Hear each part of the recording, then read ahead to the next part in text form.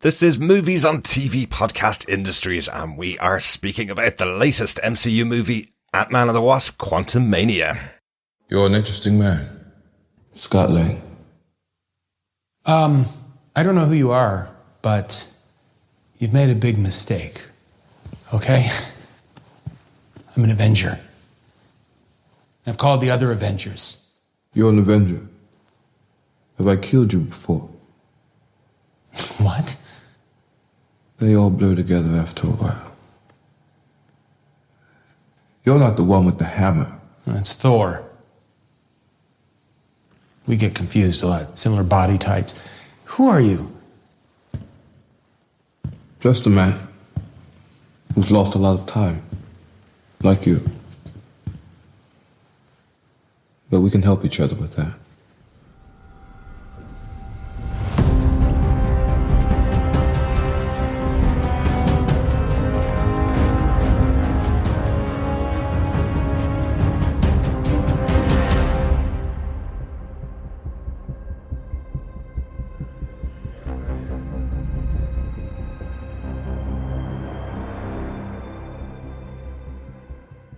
Welcome back, fellow defenders, to Marvel. And we've just been to the cinema to see the brand new Marvel movie, Ant-Man and the Wasp Quantumania, the 31st movie in the Marvel Cinematic Universe and the beginning of Phase 5 of the MCU. I'm one of your hosts, Derek. Hello there, fellow defenders. I am one of your other hosts, John. Yeah, Phase 5. We're into Phase 5. We are. Yeah, Phase 4 finished with Black Panther, Wakanda Forever last year, and then had a little add-on, I suppose, with Guardians of the Galaxy, the holiday special, which we covered here, of course, on our Marvel Movies podcast, as well, of course, as we always do with our movies. And now we've had a massive gap since November, all the way through to now. Absolutely, but interesting choice as well for it to kick off in an Ant-Man movie. I really do love Ant-Man as a character. The movies I enjoy, but it does feel a strange one. But I'm hoping it just means that Ant-Man, and in particular Scott Lang, is, the more central figure here, potentially. Maybe. Or, much bigger role, because came into the Avengers late. He is an Avenger. One of the founding members of the Avengers. Yeah. So, that would be quite cool, I think, because I do like Ant-Man as a character, and I love Paul Rudd as an actor. Mm-hmm. So I really hope that this kickoff, I guess this moment of them opening or beginning Phase 5 really has Ant-Man's character much more central. Yeah, absolutely. Well, we will, of course, be talking spoiler-filled in this discussion, so make sure you've gone to see Ant-Man and the Wasp Quantumania before you listen to the podcast, because this will be spoiler-filled. We don't want to spoil anything from this movie, because there is a few things that set up the future of the MCU. But if you haven't subscribed to the podcast, pop on over to our website, our brand new website, tvpodcastindustries.com, where you'll find loads of subscription options on there. You can choose whether you want to subscribe to the individual podcasts or whether you want to subscribe to the overall feed, TV Podcast Industries, where you'll get all of the coverage that we do on a regular basis. Right now we're covering 3 different shows at the moment on our main feed, The Last of Us, Star Trek Picard, and Star Wars The Bad Batch. So you'll have access to each of those shows over on our website or the main feed, TV Podcast Industries over there. It's a lovely looking website now, isn't it? Yeah, absolutely. So head on over there to check that out. There's also a few pictures of us, and it's a big shout out to our supporters. Absolutely. Who have helped us to get the website updated, cleaned, I guess, looking a little fresher, and certainly one that is much better for podcasts. Definitely. So absolutely big shout out to our supporters over on Patreon and from Buy Me a Coffee as well. Yes. The support that you've given us has gone to something very cool. So I think it's time. Let's get into our discussion about Ant-Man and the Wasp Quantumania. Yes. Derek, what are some of the movie details? Well, this movie, once again, directed by Peyton Reed, who directed both of the other Ant-Man movies. Yeah, that's pretty cool. I mean, what I heard there recently, he is the only director in the MCU, with the exception of MCU plus Sony, with Spider-Man, who has done a full trilogy right. of movies. Yeah. So big shout out to Peyton Reed. Absolutely, yeah. No other director that's done all 3 movies of a trilogy before. He's been the guiding hand throughout them all, and you can feel his touch in here, right? Definitely, You absolutely can. He kind of knows the character well enough by now, and I think he's got a good relationship with Paul Rudd as well. So that's why he gets the most out of him, I suppose, for this type of movie. The movie is written for the first time, this time by Jeff Loveless. This is his first Marvel movie, but, and I think it's very evident, and we'll definitely talk about it, previously he wrote 6 episodes of Rick and Morty season 4 and 5. I will say this as my first kind of upfront point about the movie. As soon as we got into the Quantumverse, and I saw them meeting some of the characters that are in the Quantumverse, I instantly thought of some of the episodes of Rick and Morty. I was going, absolutely, ooh, this does feel like live action Rick and Morty. And I'm wondering how that goes down with people that don't like Rick and Morty. Well, that's true. That's true. You definitely, and knowing that Jeff Loveless was involved in penning his first Marvel movie, it really, in a sense, bringing an entire realm, the quantum realm, with all the micronauts there, to life, just totally different, wacky kind of ideas out there. Yeah. It's in no better hands for me as a Rick and Morty fan. So, yeah, really, really good stuff. And, interesting. Yeah. Once again, just to talk about the stars of the movie. The movie, of course, stars Paul Rudd as Scott Lang, Evangeline Lilly back again as Hope Van Dyne, Jonathan Majors coming on board as Kang the Conqueror. We talked in depth about Jonathan Majors in his performance on Lovecraft Country, where he was absolutely brilliant. Yeah. A star was born during that series. I think he's got 2 major movies out the series in Creed 3, and of course, this as the big villain for Ant-Man and the Wasp. So lots of big things coming for Jonathan Majors, and I think we could tell when we were watching him on Lovecraft Country how much he was able to deliver all the different roles that were being asked of him in that show. Absolutely. We also talked about him for season 1 of Loki. Whilst he wasn't called Kang, it certainly was the introduction to the Kangs. And of course, in Loki, he was known as He Who Remains. That's correct. Yep. But nonetheless, I think at the time I said, well, it's Kang.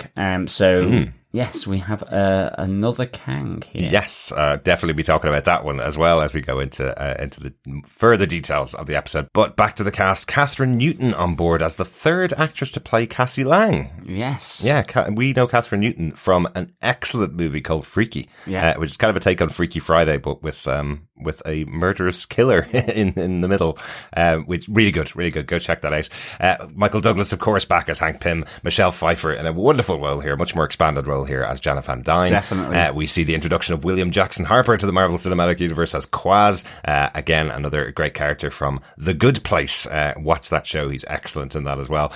We also get a little moment with Bill Murray in here, which I'm sure we'll talk about. We see Corey Stoll back in this movie, and we have Katie M. O'Brien as Gentura, the warrior of the quantum realm. Yes. So we will, of course, talk in full detail about all the cast, I think, but great to have this massive cast back for this movie. Well, John, since we only came out of the cinema after watching this movie, we kind of did borrow from Wikipedia, so thank you very much, Wikipedia, for the synopsis for Ant-Man and the Wasp Quantumania. Do you want to tell us what they gave us, John? Sure.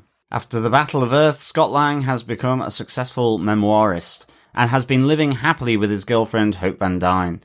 Lang's now teenage daughter, Cassie, has become an activist, whose activities result in Scott bailing her out of jail. While visiting Hope's parents, Hank Pym and Janet Van Dyne, Cassie reveals that she has been working on a device that can make contact with the quantum realm. Upon learning of this, Janet panics and she tries to shut off the device. But the message is received, resulting in a portal that opens and pulls the 5 of them into the quantum realm. Scott and Cassie are found by natives who are rebelling against their ruler, while Hope, Janet, and Hank explore a sprawling city to get answers.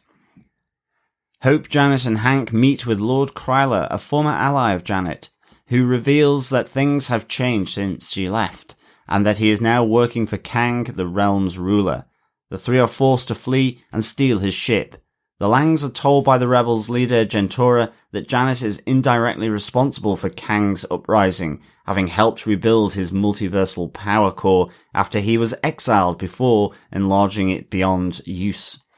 The rebels soon come under attack by Kang's forces, consisting of robotic subordinates led by MODOK, who is revealed to be Darren Cross, having survived his apparent death at Lang's hands. The Langs are taken to Kang, who demands that Scott helps to get his power core back, or else he will kill Cassie. Scott is taken to the core's location and shrinks down. He is nearly drowned in a sea of variants of himself, but Hope arrives and helps him acquire the power core. However, Kang reneges on the deal, capturing Janet and destroying her ship with Hank Pym on it. After being rescued by his aunts, who were also pulled into the quantum realm, rapidly evolved and became hyper-intelligent, Hank helps Scott and Hope as they make their way to Kang. Still imprisoned, Cassie rescues Gentora and they commence an uprising against Kang and his army. During the fight, Cassie appeals to MODOK's character, reminding him he wasn't only designed for killing. He doesn't have to be a dick, which convinces him to turn sides and fight Kang, though this costs him his life. Janet fixes the power core as she, Hank, Hope and Cassie jump through a portal home, but Kang attacks Scott, nearly beating him into submission. Hope returns as she and Scott destroy the power core and knock Kang into it, causing him to be pulled into oblivion. Cassie reopens the portal on her end for Scott and Hope to return home. As Scott happily resumes his life, he begins to rethink what he was told about Kang's death being the start of something terrible happening, but brushes it off. In a mid-credit scene, numerous variants of Kang meet following the death of the one who was exiled, and plan their multiversal uprising. In a post-credit scene, Loki and Mobius M. Mobius are time-traveling together. They spot another Kang variant named Victor Timely in the 1920s. After his last run in with a Kang variant, Loki is very, very concerned. A quantum-versal adventure. Indeed it was. We've had a multiversal adventure. We have. We're now in a quantum-versal adventure. We've had 2 multiversal adventures with Spider-Man and Doctor Strange in the Multiverse of Madness. Yes. A multiverse, quantum-verse. It is timey-wimey, spacey-wacy. It is. It is. It really is. Yeah. It's going to be that. And interesting, up front, I do want to say, and I was kind of looking for it. I had my ears pricked ready to hear it. We do have the thing that connects Ant-Man and the Wasp, Quantumania, and Doctor Strange in the Multiverse of Madness, and that is incursion. Yes, we do get that word. Yes, certainly John do. has been making sure everybody's got their ears perked to hear that word, incursions, because that could be where all of the MCU is going, and it's mentioned at a point where we have a connection developed from Loki and the timelines branching off as well. So, of course, we will talk about all of that, and we'll talk about our favourite moments and our big moments from Ant-Man and the Wasp Quantumania. I think we should start, though, with the Langs, Pyms and Van Dynes. Exactly. I think I called them the Van Dynes there. Van Dynes. Van Dynes. Yes, because those are our central characters, and interestingly, we haven't seen this grouping in quite a long time. They all obviously had their cameos in Avengers Endgame, and of course, Scott Lang was very, very crucial to the plot of Endgame, and but obviously with them all going missing apart from Cassie during the blip, we haven't seen Michael Douglas or Michelle Pfeiffer in any major role. I was thinking about it throughout the movie, how weird it must be for Janet Van Dyne, because she spent 30 years in the quantum realm and now everybody's giving out to her for not telling them the story of what happened during those 30 years, but really she came back and then disappeared in the blip for 5 more years. So I know they've had some time since Avengers Endgame, absolutely. But it felt like she hasn't been back very long. Yeah, no, I mean, it was really important to connect all these different characters back together, see them interacting, see what's happened as well after the blip, and especially for Hank Pym and Janet Van Dyne, and even Hope Van Dyne as well, for sure. Yeah. Cassie, definitely. And I mean, I thought this was really critical. I mean, I liked how Cassie is in jail, having to be bailed out by Scott. Yeah. But it's kind of a nice little reflection to him being in prison. Kind of, Scott Lang was a good thief. Yeah. In this case, Cassie's been arrested for protesting, activism, and so shrinking down a police car. Well, that's true as well. So she's also fully aware of the tech as well. So I mean, the other big thing here is Cassie. She's certainly got the noodle between her ears, with from her dad, but also just with that the grandparents and everyone else around it, and with Hope being Scott's girlfriend, then a lot of influence here. So she used the PIM technology to shrink down the car, but also then she has been working with Hank on this device as well that we see. Yeah, exactly. And to kind of echo the comment you made, the parallels between this and the first Ant-Man movie, the first one was Hank was pushing Scott Lang down the path from being a criminal to becoming a hero and taking on the mantle of Ant-Man. Here you do see that he's in the background kind of also pushing Cassie to create and develop and work with the technology. So it's all Hank's fault, really, not Cassie's, even though she thinks it's her fault throughout the movie here. But we also hear that Hope Van Dyne has become much more powerful. She is now the head of Pim Van Dyne, the new company. So she's leading it up. But the merging of families there, in business as well, potentially with the love interest with Scott as well. So I liked seeing this. Yeah, absolutely. But she's also become a real hero. She's going out into the world and using her power that she's got with this organization to help the world effectively. So that's a nice big change for the character. But Scott's kind of settled into, I guess, resting on his laurels, writing his memoir, reading it to kids, and reaping the benefits of having a very successful memoir. Being mistaken for Spider-Man. Yes, of course. You name it. Yeah, exactly. I mean, you kind of get that whole montage of him making his way through his day. Yeah. Again, I think it's a nice point. This is really big movie. It's Phase 5. There's that connection. It's like how he's, the world has changed. Things are kind of weird. Yeah. But ultimately, he's kind of, it just shrugs everything off. He's got, I just loved how this monologue developed in his head as he's walking through his morning, getting his coffee, things that, effectively taking him down a peg or two, like the Spider-Man reference and not being recognized properly. But also then, despite all these things racing through his head, it's almost like, oh well, and he's kind of just keeps on going. So exactly. I guess that it's almost a happy-go-lucky kind of approach, which is, in Avengers Endgame, it was that element. And I mean, there is that comedic side here to Ant-Man as portrayed in these movies. Yeah. And one thing I was quite surprised about, and I know that the book has taken the place of this, but I was surprised, given this is the MCU and it's all connected, that there was no mention of Scott Lang's podcast, which we know Miss Marvel was listening to, and that's where she knows a lot of the information about the battle for Earth, which was in Endgame. So I was quite surprised that they didn't even mention that he does a podcast. That's true, actually. Just being that we're podcasters, we like hearing that they do podcasts. Yeah. But I guess it may have just been the audio book, because we do hear him listening to that in the car as well. Yeah. So, maybe. Maybe. Exactly. But there you go. That's the family, I suppose. That's kind of the family dynamic overall. But we do see that it is Cassie's work with Hank that very quickly sends them off into the Quantumverse. This happened so early in the movie. It's within the first 10 minutes, isn't it? It really did. And actually, I think I can understand when people talked about the Multiverse of Madness being this roller coaster ride with, in a sense, no let up.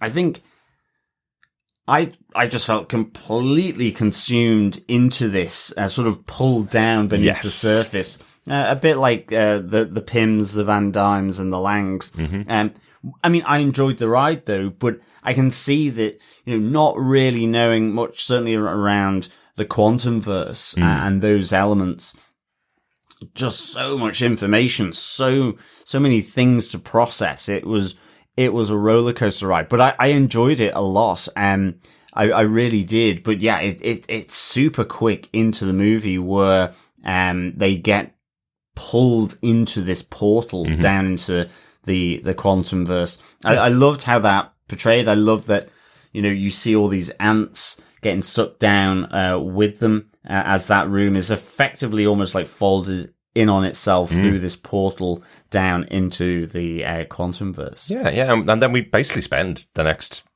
2 hours almost in the quantum realm. Definitely. Let's talk about that as our next point, the quantum realm and its inhabitants, really, because we do get to meet quite a lot of people as all the characters get separated here. The Langs are off on their own, meeting up with some of the inhabitants. And I like that they overcome very quickly how to understand all the residents of the quantum realm, because they have this creature who's able to secrete, I guess, some ooze that allows them all to understand each other. Yeah. So we start off with everybody shouting random things at Scott, and he's not understanding what's going on. A really funny moment. Really, really good. It feels totally out of Rick and Morty. It's like, if you need everyone to understand one another, how about drinking the ooze or the blood or the goo from the blob that doesn't have any holes, which I really, really enjoyed. I loved that character. I loved that species, along with Laser Beam Head as well. I have no idea what they're called. I just really didn't catch it. But I really enjoyed those two members of this group down in the Quantumverse. I think, I mean, first off as well, for me, I think the Quantumverse looks spectacular. You know, it felt really, really psychedelic. I mean, I definitely hope that Jeff Loveless was taking some kind of hallucinogenic mushrooms or something, because it feels like it comes from that mind. It felt very Sgt. Pepper's, Beatles. I love that kind of feel of just sheer manic craziness of this world. You know, houses that move and can battle. I love the retort to Scott Lang with, what do you mean you don't have houses that are alive? Yes, exactly. Are all your houses dead? Yeah.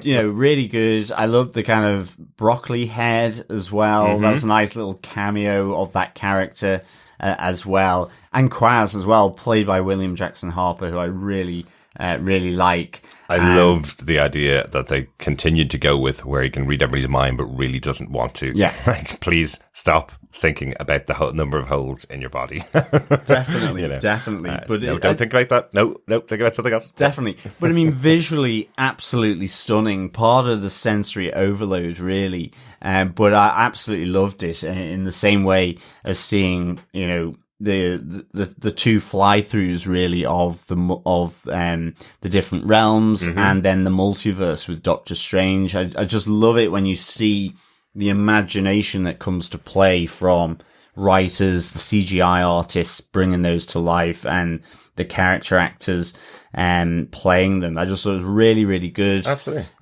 It's interesting, isn't it? You know, when we came out from the cinema, just talking about how, you know, with now the multiverse, just the amount of CGI here, you know, there is that element. You know, our podcasting has come from, you know, Gotham, but also then the Defenders on Marvel Netflix, street level heroes. And you're going, these are really epic visual movies that need huge amounts of CGI, and totally new worlds, realms, places, being created. And it's not as such for everyone. And I mean, I love this stuff, being Doctor Strange fan. I love all this off-world, outer space, now in the Quantumverse. And this is really in my wheelhouse. But, you know, for some people, potentially not so much. And well, I specifically said it. I kind of said afterwards that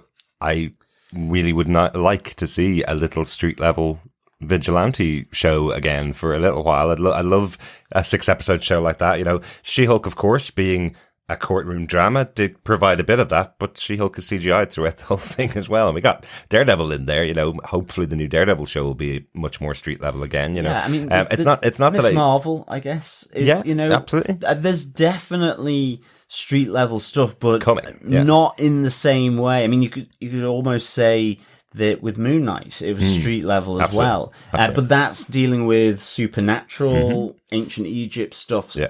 But in terms Mystics of and the gods, likes of Daredevil from Marvel Netflix, or Luke Cage, or Jessica Jones, or The Punisher. Iron Fist, well, Iron Fist has, they kept it quite street level, but they did keep it Netflix, street level, absolutely.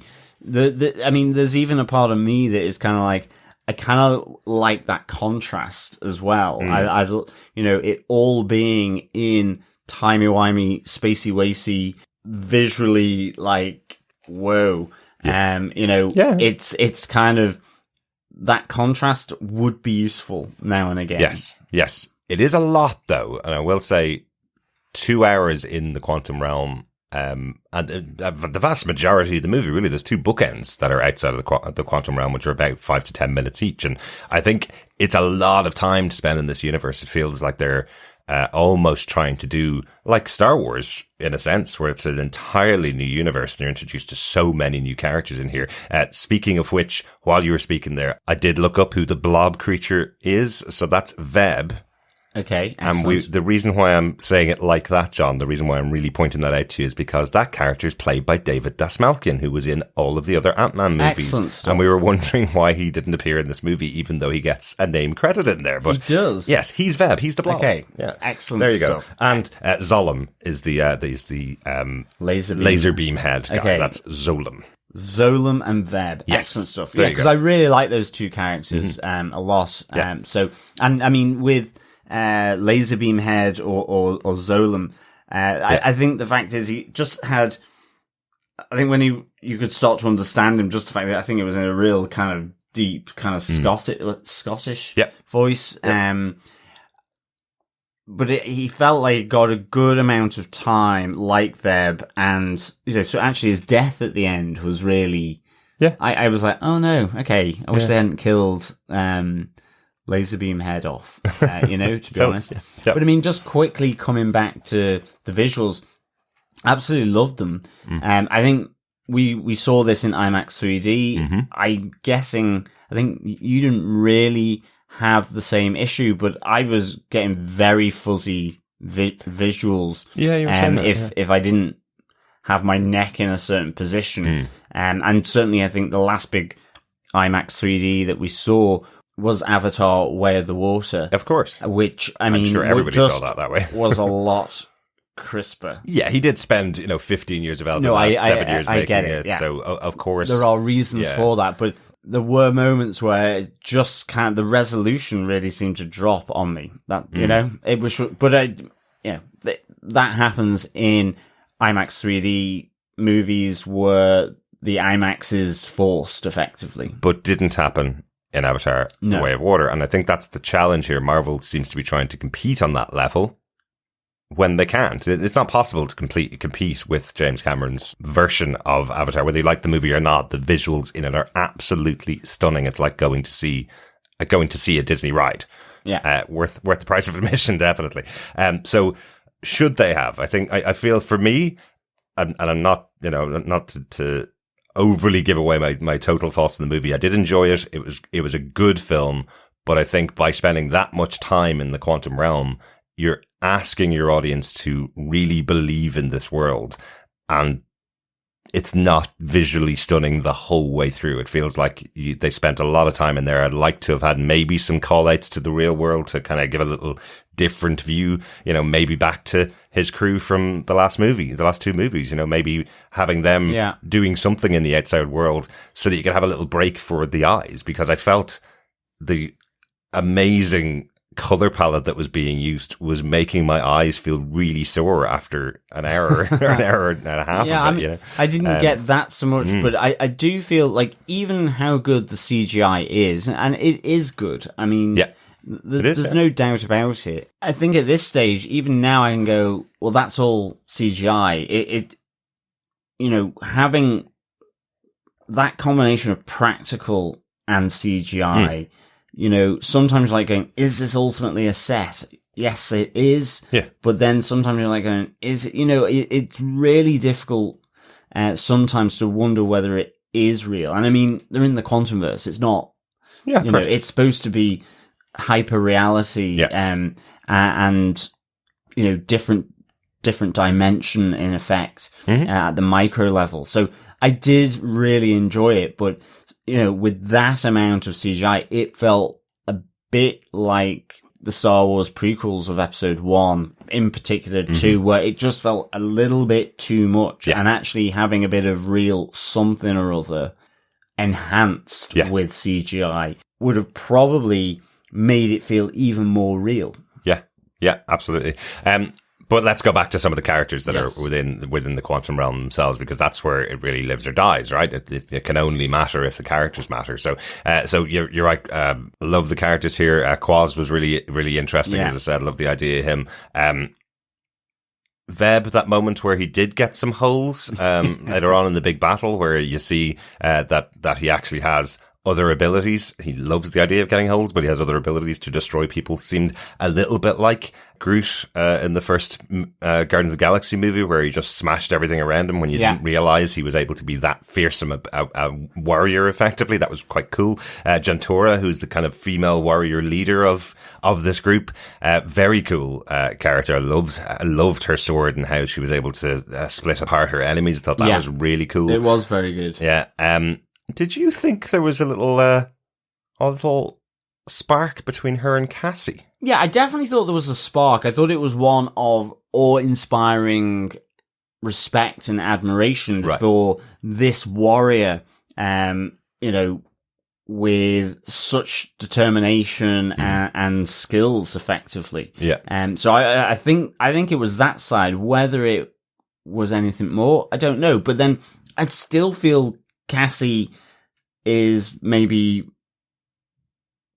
I don't know, 12. I still think of the younger version, with the ant in her bedroom. I get you. It's almost like dissociated because of the 5-year blip, that it's almost like, well, here's a new person older. But the recollection of the immediate movie previously is of her being effectively 6 or 7. Right.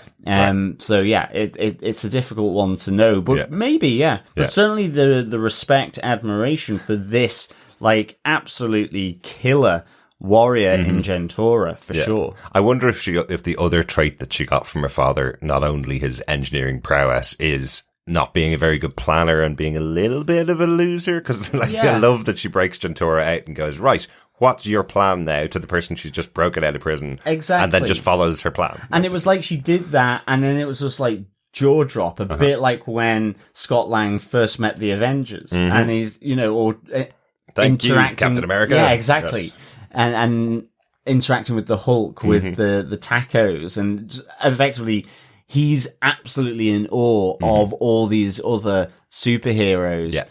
Yet they're kind of thinking he's a little bit of a dud in a sense. Like even Falcon with that fight that they have, where he's, going from normal size down to micro, using that skills to get one up on Falcon in that little tussle or fight, I guess. And Falcon's kind of gone, Steve never needs to learn about this. Don't tell Captain America. Yeah, he's gotten beaten by Ant-Man. Exactly. That's always been the relationship with Ant-Man, that he feels like an outsider, doesn't think himself that he's an Avenger. We hear that in the beginning as well, with Scott's kind of voiceover going, how does a guy like me become an Avenger, which is why obviously he's got a successful book career.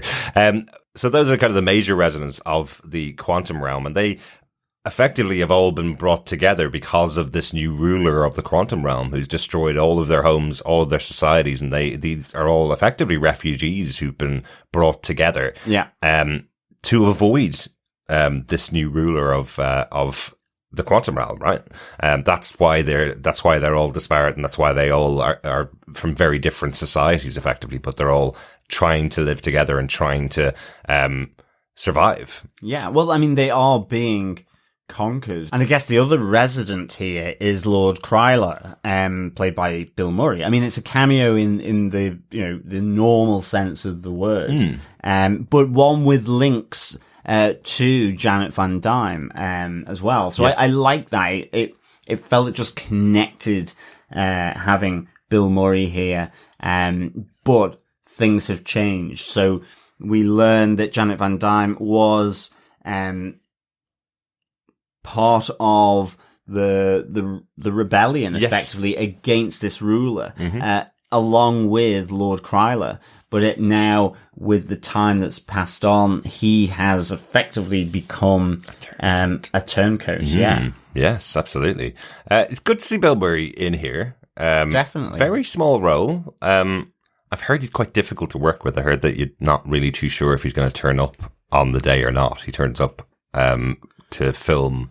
He's very professional when he's there, but you're not really sure what day he's going to turn up. But I have a feeling with Michael Douglas and Michelle Pfeiffer, he may have been a bit more strict on his timelines because they're probably some contemporaries of his, really, from absolutely throughout the 80s. So I liked seeing him in here. I must say, I was expecting a little bit more comedy, Bill Murray. I was expecting a little bit closer to Jeff Goldblum from the Thor movies. But I think what he was delivering here was quite significant exposition about what had happened with Janet during her time there. Not massively serious, don't get me wrong. There were still the jokes about the food to eat and, the drinking the crazy shot that has a squid inside, you know. And there were still the jokes about that, which is eventually what kills him, right? That's basically. They make one of them grow massive to kill him. So they use the PIM particles on him. Yes. But we also find out that Janet Van Dyne had a relationship with him. Well, she was in there for 30 years. Yeah, exactly. And he was the leader of a revolution. And that's why the change that he's now a collaborator with this ruler is so much. And I mean, it's interesting. It's another touch point here with the movie, such as when Cassie first reveals her device that can make contact with the quantum realm, where you see the panic and the fear coming through on Janet Van Dyne. And it's played so well by Michelle Pfeiffer. Just this sheer sort of panic, anxiety, fear of making that connection because of the knowledge of this ruler who is down there. And I think Michelle Pfeiffer is just really good here. It feels like she was given a real good bit of dialogue to really hold on to here. I really enjoyed her in this movie. Yeah. And she's one of the absolute standouts, and it feels like, again, our generation definitely know Michelle Pfeiffer. She's in so many great movies back in the 80s and 90s. Not as many over the years from that point onwards. There was some great movies like Stardust that she was in, which she was excellent in, but it felt like she was used as a cameo the last couple of movies that we've seen her in.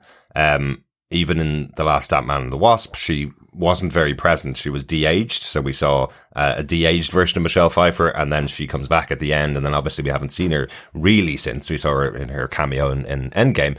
But here it's like the writer Jeff Loveless has realized what he has available to him. You know, Absolutely. He has Michelle Pfeiffer, who hasn't had a big role in the MCU. Let's give her story. This is really her story. What has happened to Janet in the 30 years since she was gone? It is. I mean, actually, it felt more that Hope Van Dyne's character was less present, and the Wasp. Yes, there were moments where she rescues Ant-Man from his many selves as he's going to retrieve the orb. But I felt the presence of Hope Van Dyne and the Wasp in this movie much, much less. Yeah, me too.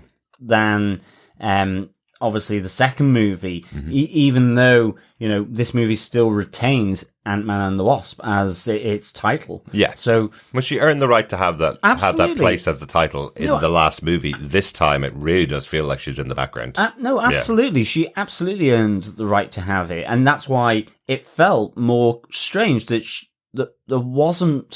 didn't really feel her presence in it as much. Yeah. Even the connection between her and Scott as boyfriend-girlfriend, I just really didn't necessarily buy into that. It felt a little cold in terms of how it was being portrayed or delivered on the screen. Do you know, I'm going to say it here, I feel like Evangeline Lilly has no chemistry at all with Paul Rudd, which... Well, maybe... I don't know what that is. Like, look, we don't know Paul Rudd. We've just seen interviews with him for decades now as well. He's an actor that's been around for such a long time, and he always seems to be a person that people get on with. So I have to say it's Evangeline Lilly didn't bring her game to this movie. I loved her in Lost. Yeah. She's great in The Hobbit. She was quite good in the last Ant-Man and the Wasp movie. I'm not a massive fan of the Ant-Man series of movies overall. I will say that. But this movie just felt like she was out of it a lot of the time. She just wasn't there, wasn't present. And then when she did have big scenes, just didn't feel like there was any chemistry really between her and Paul Rudd, and the scenes between Scott and her, because they were supposed to be quite big. And I've literally just thought about it here, and I'm sure our fellow defenders have caught this one as we were talking. I feel like this movie is Ant-Man and the Wasp, and the Wasp in that title is actually Janet. It's not Hope. This time. Yeah. Last time was Hope. This time it's Janet the Wasp. Yeah, absolutely. I think that's what it is. It could be that, absolutely. I mean, it just felt she was playing it much more kind of cold, frosty. I didn't necessarily buy into their relationship and how it was portrayed on screen. Like I did in the evolution of it up to the end of the second movie. Yeah. Here it felt like there had been a step back, and maybe that is to do with the blip. Maybe it's to do something along those lines, but they're supposed to be happily in love and living together, boyfriend and girlfriend for years now since the blip. I'm just trying to, wonder why. Yeah. But anyway, we know there's the behind the scenes of her being an anti-vaxxer and not being vaccinated against COVID, and this movie was filmed around the time they would still have had COVID restrictions going on, so that could have affected the performance. Maybe. That could have been it, but it was definitely noticeable this time in the movie. We've veered wildly off our point just about the quantum realm, but it is our podcast. We don't have to keep to our specific structure every time, so that's fine. But we do want to get on to talk about probably the biggest character in this movie, and definitely my favorite character in here, Jonathan Majors, as we're going to call it out as the exiled one. Yes. It started to annoy me in this movie, similarly to when we were watching Loki, when they kept referring to he over and over again and not naming him, because he had been advertised as Kang. Yeah. That we were being told that Kang was coming, and his first appearance really was going to be in Ant-Man and the Wasp Quantumania, that the character that we saw in Loki wasn't really Kang. He was He Who Remains. He wasn't to be called Kang. And in this movie, I was going, just somebody say Kang, please. Somebody call them the name Kang. And what we really find out is by the end of the movie, he's actually the exiled one. Yeah. That is his title, because from the other Kangs. From the other Kangs, yeah, I guess. To differentiate between them, they all have their own little titles, it seems. But I mean, ultimately, they are Kangs, and there are many of them, as we learn from the mid-credit scene. But yes, he is exiled to the Quantumverse. Mm-hmm. I mean, for me, Jonathan Majors absolutely was phenomenal in every scene that he did. God, his presence is amazing. So good, totally believable as this conqueror. I loved the moments, the backstory of why Janet Van Dyne is so fearful of this connection that Cassie has made to the Quantumverse, where, both effectively lost in Quantum and banding together, but it is the moment where she helps Kang to get his vehicle, his craft back up and running with this orb of power, and realizing that it's she can tap into his memories, because it's like a neural connection that he makes in order to travel through time, across space, in his ship. Yeah. And she realizes that he's been hiding that side of himself. He is a conqueror. He has been conquering worlds in many different places, many different times, and that he has been exiled because of the danger that he poses in the timeline and across different universes. Yes. So I loved how just that initial moment, Jonathan Majors, it's like they're both lost. They've found one another. They're helping one another out.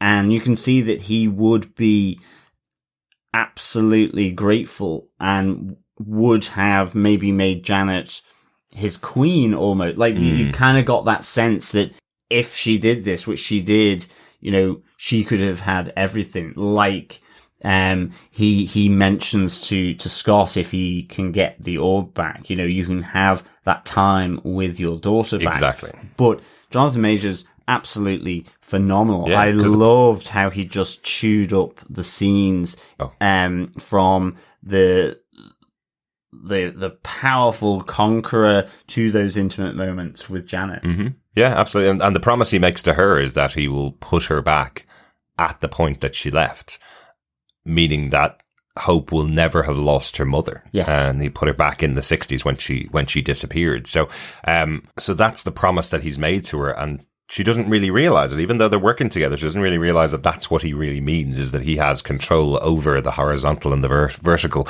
For our old listeners, might get that little reference there. But no, he has control over time and space. He's able to move whatever way he wants to, and he's been using that to his advantage to destroy and conquer worlds. This is why he's been exiled to the quantum realm.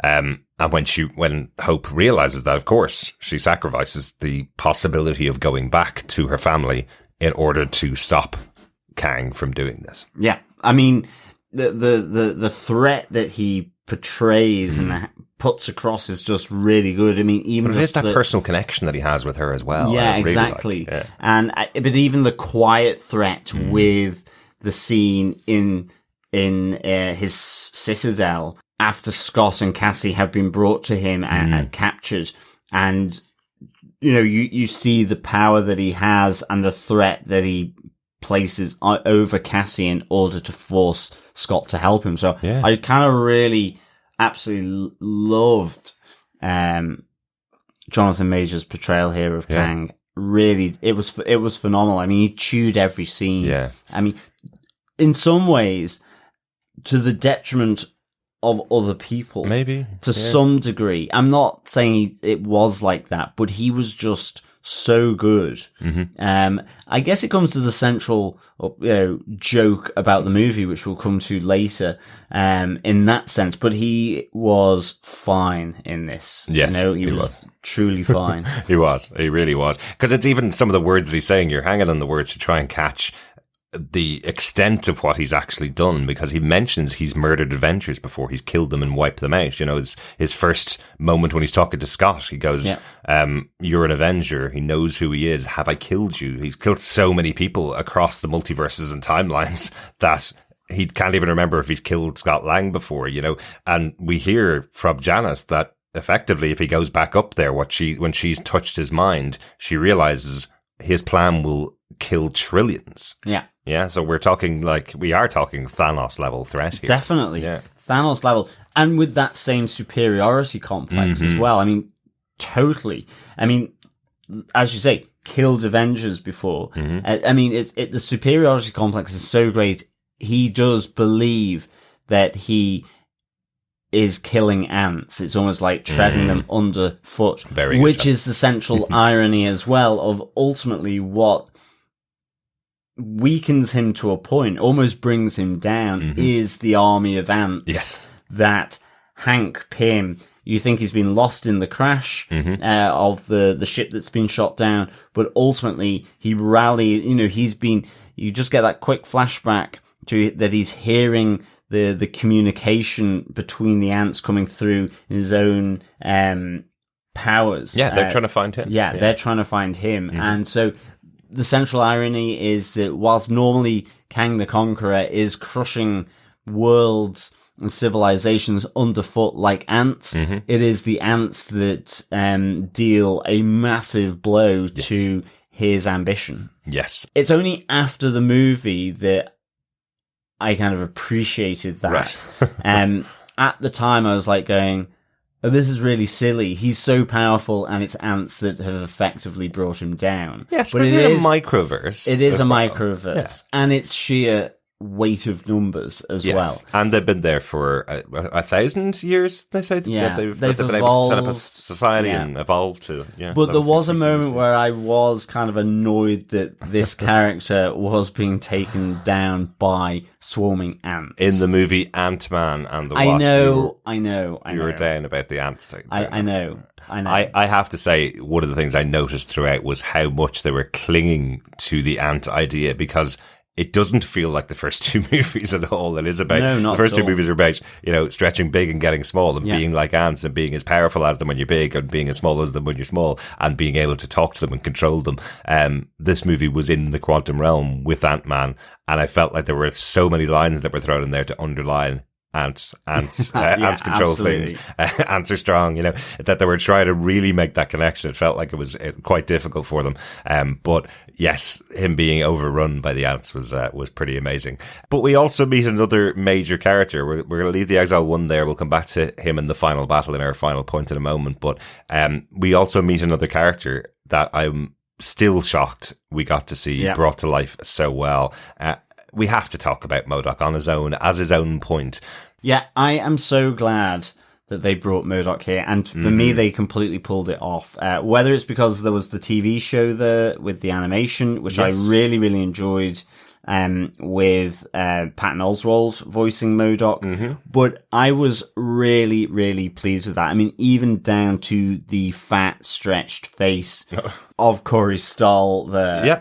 It just I think it was really good. It worked. Definitely, you got the menace from MODOK as that killing machine. You also got how, again, even though he is this butcher kind of right-hand man of Kang is really dismissive of him, doesn't really treat him like a right-hand man. It's more just, you're the best killing machine after me, effectively. Well, yeah. And you lead the other robots, the army of robots that I've created. Yeah. So, well, he is a mechanized organism designed only for killing. Exactly. And I must say, when that line was delivered in the movie, I was shocked at how well it worked. Yeah. It does not feel like a name that would work in live action. Even the TV show, it's obviously treated as a complete comedy. Of course, there is the joke that it would be MODOK, only for killing, because you do have to use all of the letters. So there is the joke that they use in there. But it still works really well. Corey Stoll does actually play the role very well. His arc is quite good in the movie. The madness that's in there within him after being defeated by Scott Lang in the first movie, and him being himself exiled to the quantum realm and going crazy and then being turned into this, this machine. So you see that playing out in the movie. It totally works. Yeah. It really does. Even just the little jokey bits about his small arms and legs. I only just noticed the small arms. Legs. It works on a kind of the brutal level of being the killing machine that MODOK is, and then with the arc of almost redemption for MODOK, with Cassie being the lead or the initiator of that. You know, that you used to do good stuff at my grandfather's company. Yeah. You can still do that. You've made a choice to be a dick. Just don't be a dick. Exactly. It was really, really good. Yeah. I have to say his death scene is probably my favorite in all of Marvel so far. Because of him, he's able to contribute to taking down Kang. I love his final words. Really, are "I'm so glad I died as an Avenger," and Scott's reaction to it, going, "Wait a minute, what do you mean?" But yes, you did. Yes, you did. Yes. In his dying moment, Scott gives him his moment MODOK thinks as he's an Avenger. Yes. Yeah, really, really good. I'm so glad this worked, because it is a risk as a character. It really is, or do you morph the character to kind of fit so much it loses that initial reason, from the comics or the design even. I mean, I just loved how they kept just, the floating big head that kills with the small arms. I love that they kept that. And in live action. So for Jews. Well done. Indeed. Yes, absolutely. Indeed.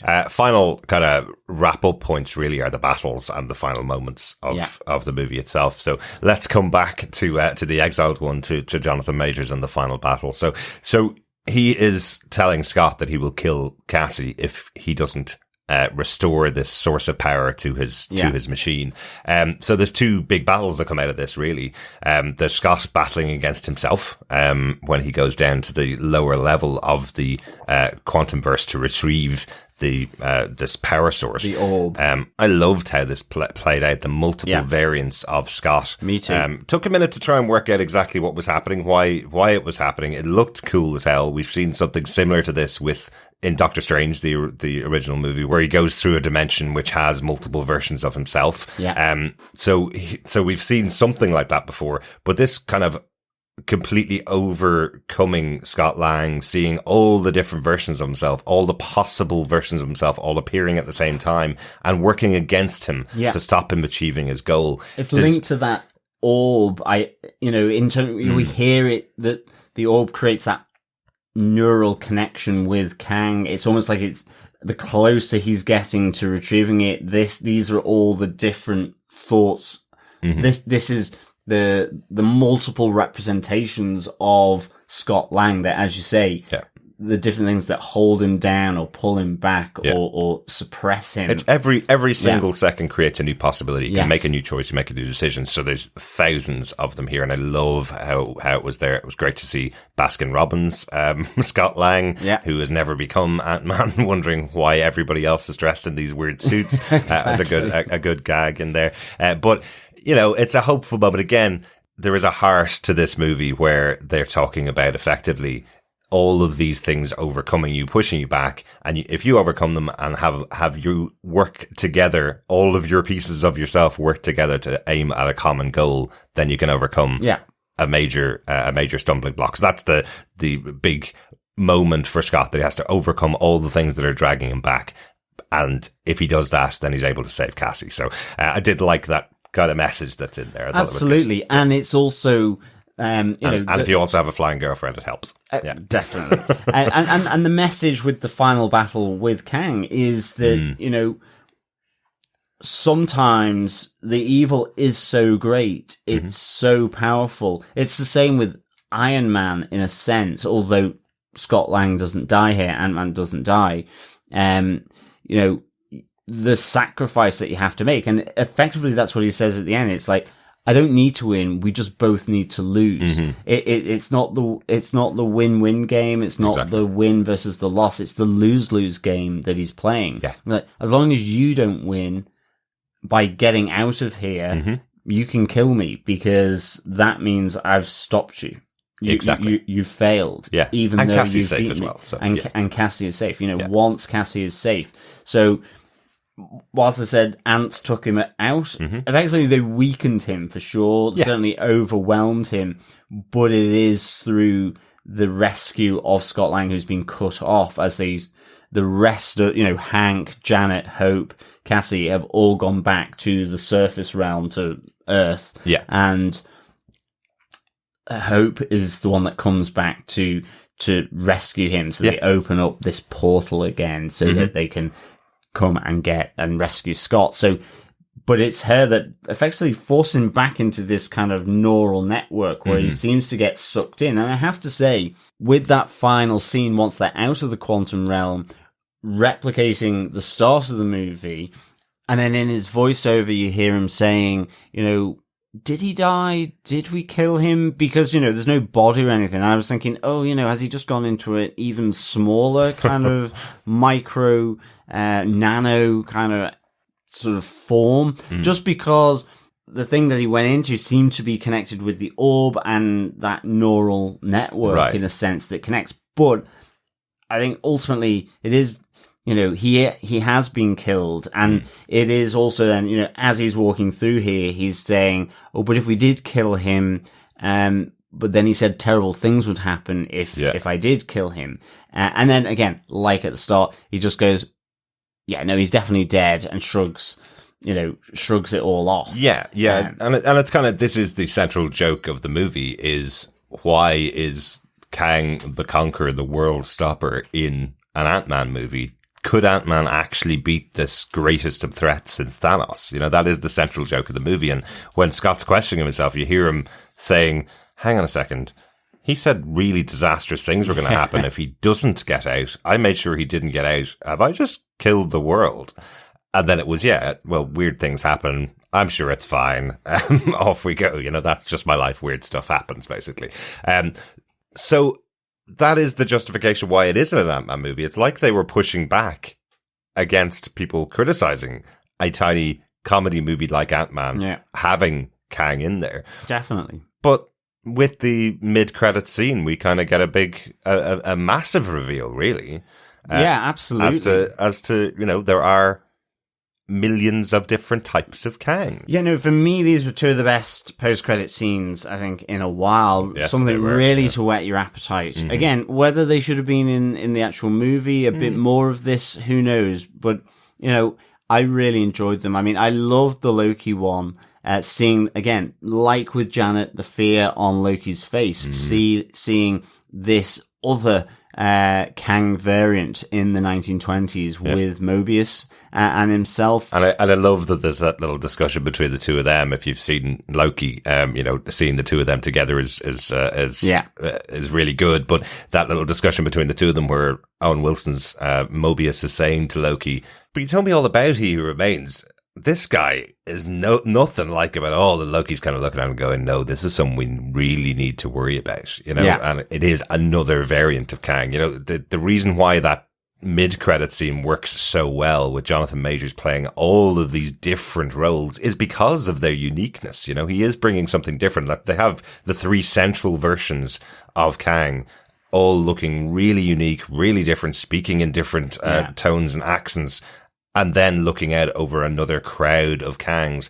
And I think, probably a little bit of speculation on my part, but I feel like they're all being brought together because they will become the Conqueror, or one of them will become the Conqueror. Now that the exiled one is gone, there will be one Conqueror, one will take over the universe. Or maybe they're all going to be working together, sent out to appear in every TV show and movie in the MCU from now until the end of the MCU. That's it. Well, actually, sorry, from now until Avengers: The Kang Dynasty, because that's where we're getting. But that's to. it. Like I love this reveal that there are multiple Kangs in all these different universes across time, that all are able to come together to have a chat about it, I guess, and the one will rise to be Kang the Conqueror. They thought it was the one that they exiled to the Quantumverse, but he's now died. He's failed. He hasn't become the all-conquering Kang. Yes, but again, and they're saying that they regret not being the one to kill him. Which is, but that's the thing. Yeah. So, I mean, my slight confusion here is it feels that they're trying to prevent a Kang because ultimately it has implications for them, rather than rather than supporting it, because he had notions of that. True. And so they exiled him, maybe for their own safety more than any others. But now there is, as you say, there is a Kang here, and you see the timelines, and again, what's happening because of what's happened on Marvel Earth 616, in that world. So, are they all effectively lining up against Earth? Or is it that they are now, well, who's the actual Kang, and do we need to exile him? So I'm I don't know enough about Kang, and that's my own fault. I definitely need to see how, I need to just look a bit further as to how that works. And maybe they're changing it up for the MCU, because ultimately I've always just been like, Kang the Conqueror, the one Kang to rule them all. Well, exactly, but it's not like that. I think the way they're playing Kang in the MCU here is that his big strength is that not only does he know all about the multiverse, all about the Quantumverse, all about all the timelines, he can also get in contact with himself across all of those timelines. Exactly. And if they're working together, how powerful could that be? Because look what that one exiled one did, how much he destroyed, how many trillions he was willing to kill. Well, exactly. And now we have all of these potentially doing what Scott Lang did in this movie, all working together for one common goal. That could be massively dangerous. Maybe that's the direction they're going. Yeah, that could be it. But then they've really got their work cut out to stop Kang. Yes, they do. Because it is, yeah, you're right. You know, the Avengers, it's the Kang dynasty. It is, yes. So this, you know, makes it very much more about multiple when you start talking about dynasty. Well, if one Ant-Man plus thousands and thousands of ants plus all the realms of the quantum realm took down one Kang, then every single hero in the Marvel Universe has to come together to become a new Avengers to take down Kang. In the multiverse. In the multiverse, yes. Yes. There you go. That is pretty much all of our main points from the movie. Anything else you want to talk about? Anything else you want to touch on, John? I did just like the joke about orifices and the number of them with Veb, who was longing for a hole and realizing that Scott Lang has 9, and you just see Scott Lang going, oh yeah, he's right. Just start counting them up, going which ears, nose. Oh yeah, he's right. Really good, really good. Really good. I also liked a very brief cameo that we got at the beginning of this movie from Randall Park, who played Jimmy Woo in WandaVision, and of course in the last Ant-Man movie, we got to see him having coffee with Scott Lang in the beginning of the movie. Just a quick, brief moment, but it's just nice to have Jimmy Woo, just an appearance in there. That's what we want to see for all our TV characters from Marvel TV as well, appearing just in the background occasionally, so that we can keep them alive in our minds while we're waiting for the next project from them, right? Yeah, definitely. Yeah. Good stuff.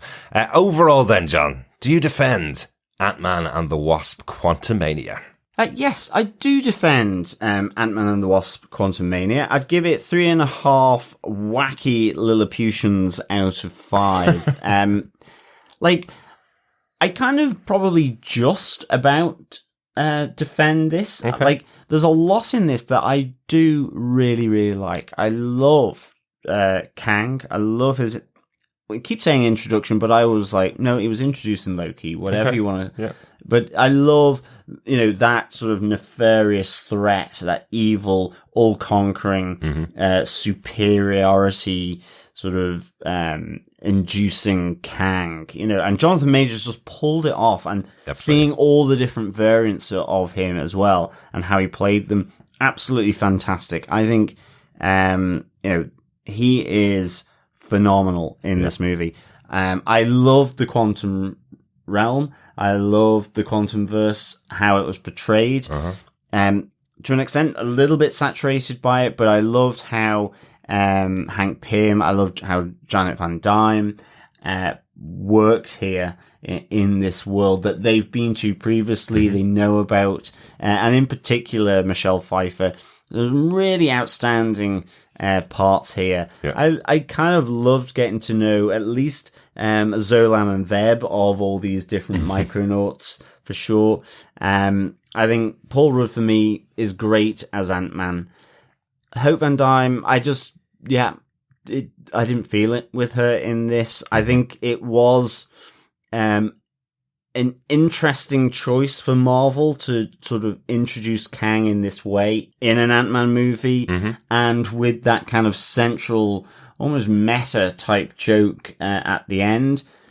Did they pull that off? I just don't know whether they did, because I do feel it was slightly at odds with Kang and Janet Van Dyne's, and even with the Loki end credit, about this fear, and then just having it, almost having an Ant-Man movie in the same vein a little as the first two, in terms of that lighter touch, sort of almost running alongside it. Yeah. I liked though how Paul Rudd did cross those, that gulf that I thought, and I think he did that really well, and just think maybe needed a little bit more than it being centered around Cassie. I get it. She is the world to him, and that's the most important thing. It's been the last 3 movies. Yeah, but at the same time, you're almost going, feels almost at odds with Captain America's view on how,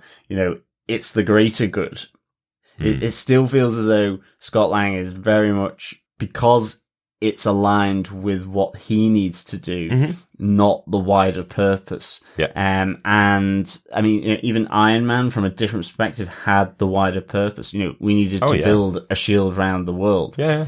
So that, to me, I don't think it was fully pulled off for me. Okay. And I know immediately coming out of the movie, I just didn't really know how to place it or what I thought about it. But it was that I loved how the Quantum Verse was portrayed. It was wacky, it was crazy, and I enjoyed a number of those Micronauts.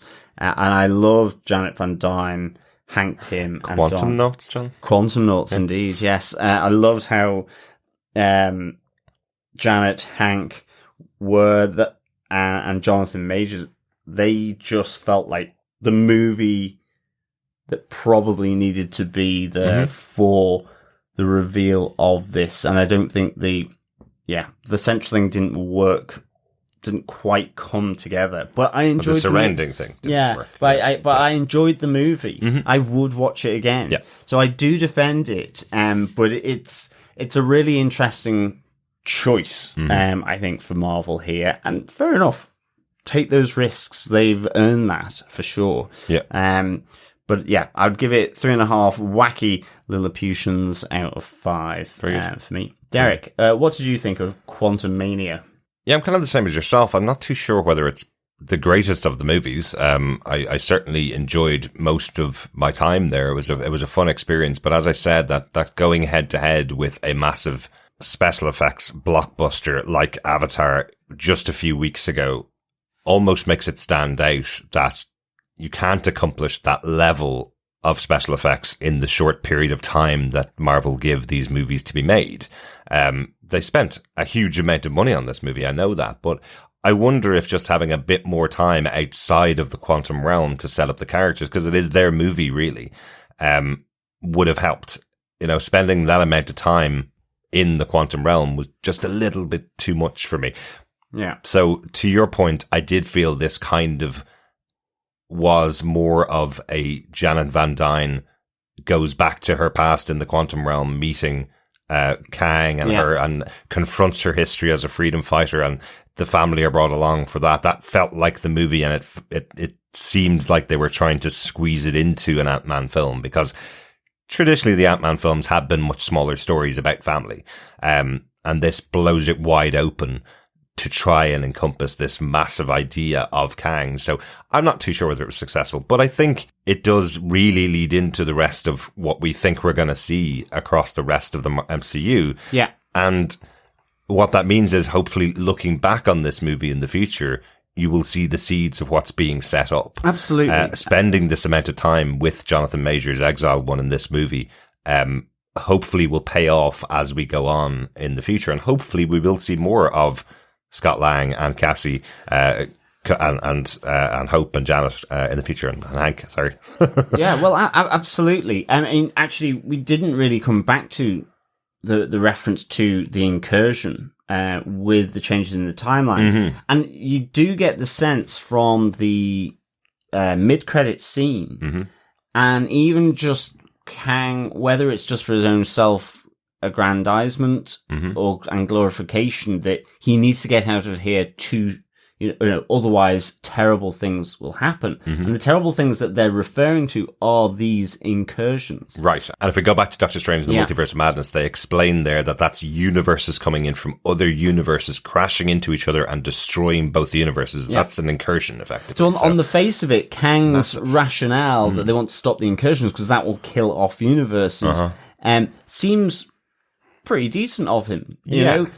But you know that that's not the whole story. But nonetheless, here, and it's even that they must stop the reasons for that, which seems to be centering around Earth 616, Marvel's Earth 616. Yep. So, but nonetheless, I love this idea. If this is where they're going, I am more convinced now than ever, if not, a good 90-95% certain that they will take us down a Secret Wars path. And maybe Kang is instead of Doctor Doom or something. But nonetheless, I think Doctor Doom has a place to be there as well. Maybe. With the introduction of Fantastic Four. I 100% believe this is how we're getting the Fantastic Four in here, without a doubt. Rumours that casting is just about to begin for Fantastic Four at the moment, so that will be likely to be closer to the Avengers, the Kang Dynasty, which is coming out in a few years' time. So before we go on to feedback, just to kind of lay out the path now for the rest of 2023. We're only in February. This is the first Marvel project of the year, effectively. Confirmed this week. The next movie coming out is Guardians of the Galaxy Volume 3. Expected to be really focused on the Guardians and their last time out there, so they're not going to play a part in the future of the MCU, apparently. So unlikely to be really connected to Ant-Man and the Wasp, not likely to have Kang in there. The Marvels has just been pushed out from its July slot to the end of the year. It's been pushed out to November of this year. That one is much more likely to be connected to this. It's a space adventure which is bringing three major characters together in space. Ms. Marvel, Spectrum, who we saw back in WandaVision, and Captain Marvel all coming together in that movie. So that's a much bigger movie. So expected to see that towards the end of the year. But now moves to November. Two confirmed TV shows of the possible 6 for this year. We're definitely getting Secret Invasion, and we're definitely getting Loki season 2 coming out this year.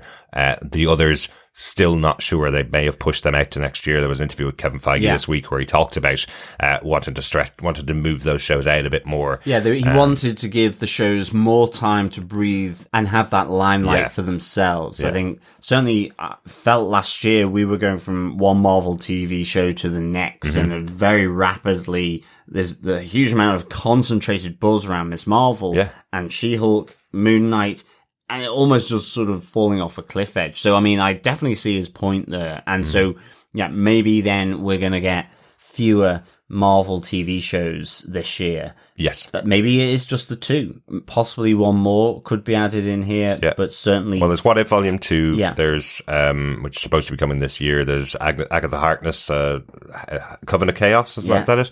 That's supposed to be coming this year. There's Ironheart, who we've had the introduction of Riri Williams in Wakanda Forever. They were all supposed to be coming out this year, and I think there is one more that's just dropped out of my brain at the moment. But that, again, would be a massive amount of content, and to have no release dates for any of them in February, the end of February now, is a bit of a surprise. But my understanding is we're definitely getting Secret Invasion. We're definitely getting Loki season 2, because those two are really important to the movies as well, especially now that we've just had a closing credit scene with Loki and Mobius as well. So, and of course, I just want to repeat again, Secret Invasion starring Nick Fury, so I'm most excited about that. Really looking forward to that. I can't wait for that. Really looking forward to that. And that'll be a bit more grounded. As long as it doesn't come out whilst we're on holiday. That's true. That is the main concern. Oh, that is, yes, because of course Guardians of the Galaxy Volume 3 comes out on the 5th of May, and that is the day we come back from holiday, right? Yes, that is correct. It is. So, it's a possibility that something will come out between now and and when Guardians of the Galaxy comes out. But that's kind of the slate for the rest of the year. I don't think I said, I would say to go and see this movie, and I will go and see Ant-Man and the Wasp Quantumania again, but I did feel it was just a little overwhelming, it being entirely in the quantum realm for 99% of the movie. It even felt like that little wrap up at the end, I would have liked a bit more time with them, since this is their movie, and we're not going to see them again as this group. I would have liked to see them all together at the end a bit more, just understanding what's going on in their lives. Yeah, definitely. But there could be an Ant-Man 4 in the future, I suppose. There's no reason why not. Yeah, so. Absolutely. Good stuff. Let's go on and find out some thoughts from our wonderful fellow defenders. Yep. First up, we have an email from Coffee and Vodka.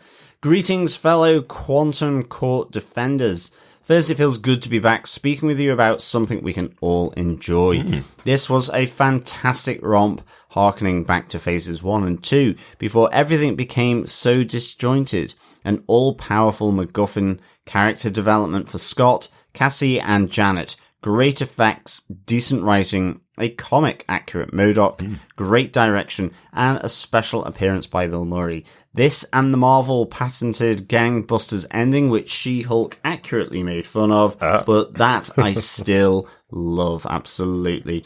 It wasn't all great. The threat of Kang was dialed back and forth depending on the needs of the plot and script. Had he been written as a proper Kang Prime, he would have anticipated most of our heroes' actions and wiped the quantum floor with them. Other plot holes as well, with anyone possessing shrink and grow discs being allowed to keep them while in captivity, Hope and Hank being mostly window dressing and part-time support characters, and so on. In short, not a perfect movie, but a well enough constructed and fun one. Finally, I loved the message directed at the boomers via Darren MODOK, showing them they can somehow still redeem themselves. All in all, a great return to form. 4 Kang clusters, Powerballs, and incongruously congenial Hanks out of 5. Peace and take care. Coffee and vodka. I think Hank's always been congenial, hasn't he? Nah, he's a bit grumpy in the first Yeah, movie, he is a bit grumpy. Good. So great to hear from you, Coffee and Vodka. Thanks so much for your thoughts about and the Wasp Quantumania. I'm glad you really enjoyed it. Yeah, absolutely. I think you're reflecting, my thoughts on the movie here. I think definitely, not a Kang Prime. That became evident by the mid and end credits, for sure. I just wonder, though, if Kang Prime is all-seeing, all-knowing across time and space, is there? Who can actually beat him? Yes. I feel like all of them combined together is Kang Prime. Yeah. I think that's the way it's gonna work. I don't think there is a Kang Prime. I think Kang is all of them working together. Yeah. Or maybe Galactus needs to come in and sort there out. You go. Could be it. The World Eater will come in. Good stuff. Thanks, Coffee Vodka. Yeah, thanks, Coffee and Vodka. Yeah, we also got some feedback over on our Facebook group. You can head on over there to leave your thoughts and comments about Ant-Man and the Wasp Quantumania at facebook.com/groups/TV Podcast Industries. Dan Lee says, I feel like such a misery, but it's another meh from me. I find myself missing the old phases massively. There have been precious few hits from me over the last 2 years. Interesting stuff, Dan. I mean, I think it's what we were talking about. If you like the space, multiverse or magical or the magical dimensions, say from Doctor Strange, or you're into the Quantumverse, or the Savage Land. There's so many different worlds in Marvel Comics, and it's not to say that you're saying you don't like the different worlds, but sometimes you're kind of wanting. I think, like we were discussing, you want the street level hero. Absolutely. Something you can really maybe just connect to. You understand the reasons behind it. I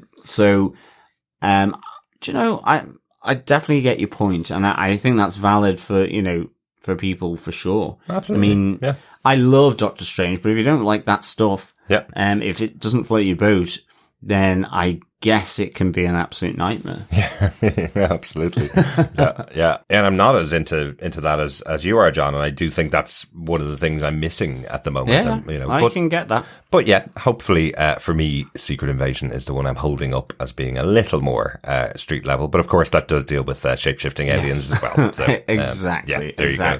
Good stuff. Thanks, Dan, for your feedback. We'd love to hear your thoughts as well on this movie or any of the shows that we're covering. You can email us to feedback@tvpodcastindustries.com with any thoughts on anything that we're covering. As I said, at the moment, we are covering The Last of Us, Star Trek Picard, and Star Wars The Bad Batch every week at the moment. So get your thoughts about each of those episodes as well. Yeah, absolutely. And again, thank you so much for your support. Please subscribe, share the podcast, because sharing the podcast is, of course, sharing the love. Yes. You can support us monthly through Patreon at patreon.com/TV Podcast Industries, or you can support us for a one-off amount over at buymeacoffee.com/TVPI. So any which way is very much appreciated by ourselves here Absolutely. at TV Podcast Industries. And thanks, of course, to all of you who have supported us over there. You have supported our brand new website, tvpodcastindustries.com. Pop on over and check out how it looks. Yes, and our new hosting as well through Red Circle. Exactly. Thanks so much for joining us. We'll be back in the cinema for Marvel's Guardians of the Galaxy Volume 3 in May, but you can also join us, of course, for all the shows that we're covering on TV Podcast Industries. Yes, thank you so much, fellow Defenders, for joining us in the cinema for Marvel's Ant-Man and the Wasp Quantumania. In the meantime, enjoy the movies, but we'll see you again soon. Keep watching, keep listening, and keep defending. Bye. Bye.